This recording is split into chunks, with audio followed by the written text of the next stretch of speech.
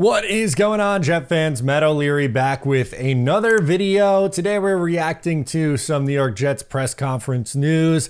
Aaron Rodgers' injury list seems to grow. Haason Reddick looks like he's making his Jets debut. Let's get it all down. So Aaron Rodgers is dealing with a hamstring according to Jeff Ulbrich. Let's roll the clip. Aaron, the hamstring, is that new? Yeah, it is new. Something that kind of flared up this past game, and so, you know, they're going to assess it all week long. He's going to treat his butt off like he always does, and don't anticipate this affecting him in playing. Do you think there were a couple of times in the game where when the pocket broke down, it looked like he had room to scramble? Do you think maybe he didn't because of his leg? Maybe. His hamstring? Maybe. Did you notice a couple of those? A few times where he normally take off and utilize his mobility because, you know, historically he's been one of the more mobile quarterbacks in this league. So, for sure. Now here you see Jeff Ulbrich saying that this is something new. We did hear something similar after week 2 though with the hamstring. So yeah, it's kind of mixed reviews. You have some people like, oh, this is a new thing added to the list. You have, well, the others saying, well, this is something that he's dealt with and we all know he's been banged up and all fair. And moral of the story, doesn't matter how he got here. It's still at this point right now, and he's on track to play on Sunday, but it's Aaron Rodgers who's 40 and dealing with both knees, a low ankle sprain, and a hamstring going into a week 8 matchup against the New England Patriots. It's just not ideal, no matter how you slice it. Again, if you're believing that this is something new or if it's something that's continued from week 2, it's not ideal to have Aaron Rodgers this banged up. What doesn't help is the left tackle, Tyron Smith, has been an absolute turnstile so far this year. He's allowed 5 sacks. Allowed another 2 or 3 pressures in the game against the Pittsburgh Steelers, has not played well since the first 3 weeks of the year.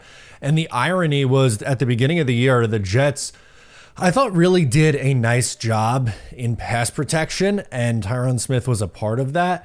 But it really went off a cliff from the Denver game on, and I get it. Denver's a good defense. Minnesota's a good defense. The Steelers are a good defense. The Bills are, like, I get it, and I understand.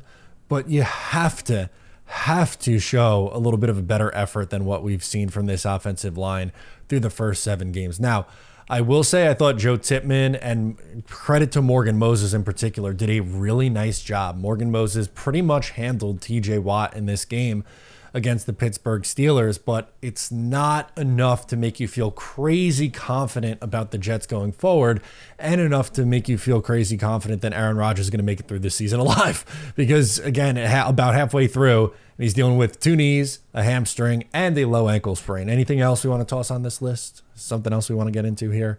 We'll see if they get to add something new this week. Hopefully not, but it just feels like that's how things are right now for this team. Haason Reddick is also expected to make his Jets debut. Jeff Ulbrich commented on what they are doing in practice today and tomorrow. So we do have a full speed endo. So that'll be our first kind of assessment of him, his movement, his conditioning.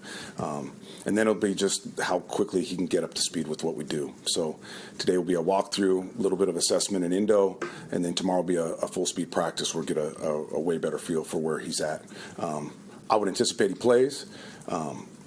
He's an experienced player. You know, he's played in a similar defense to ours, so I think, you know, as far as the schematic stuff that he's got to get caught up on, I don't think that's going to be a huge struggle for him. So now it's just seeing where he's at physically. So Thursday will be your look at a full speed practice for Haason Reddick.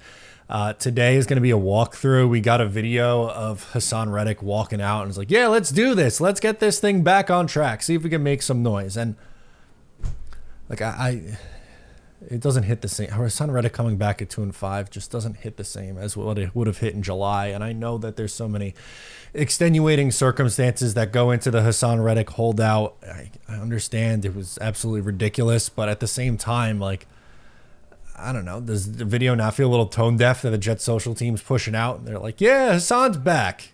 That's going to be our fix this week. It was Robert Saleh, then Devontae Adams, and now Haason Reddick is going to save us, and they're going to rattle off 4 wins in a row.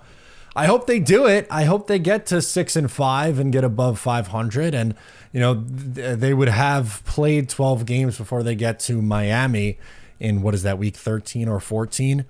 If they could be in that game at 6-6, maybe you have a shot to keep your season alive in the back stretch of the year.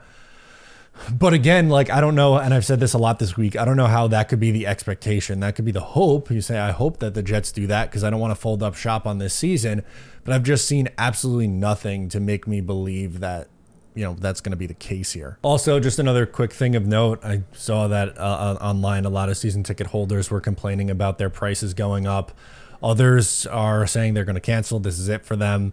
I feel for you guys. I really do. I'm not a season ticket holder. That's not something that I'm interested in doing. But for those who shell out the thousands and thousands of dollars every single year to go and watch this team and support this team, it feels like they being the Jets, don't treat their season ticket holders all that well. With the rapid price increases, I've seen people saying that theirs went up over 20% after last year when it also went up 20%. That seems like a very steep increase when you consider this team has underachieved for so long. And I get it, in the economy now, everything is going to be going up in price. Inflation's a big thing. Like, I understand that as times change, things are going to get more expensive. I think it's just the rate at which they are increasing with the lack of product on the field doesn't make me feel great for the season ticket holders. And then their season ticket holder package is like a yearbook that anybody can buy. You get a yearbook and a coupon code for the Jets wine service that they have. So I don't know. You look around at what other teams do for their season ticket holders, and it just doesn't feel like you're getting the value out of it. So I feel for you guys. Sorry to hear about that. I'm Matt O'Leary. Let me know your thoughts on any of things that I just went over today, whether it's the season tickets, Haason Reddick, Aaron Rodgers, a little bit of a quicker video. Just wanted to come on and talk about, the New York Jets, what we've heard today.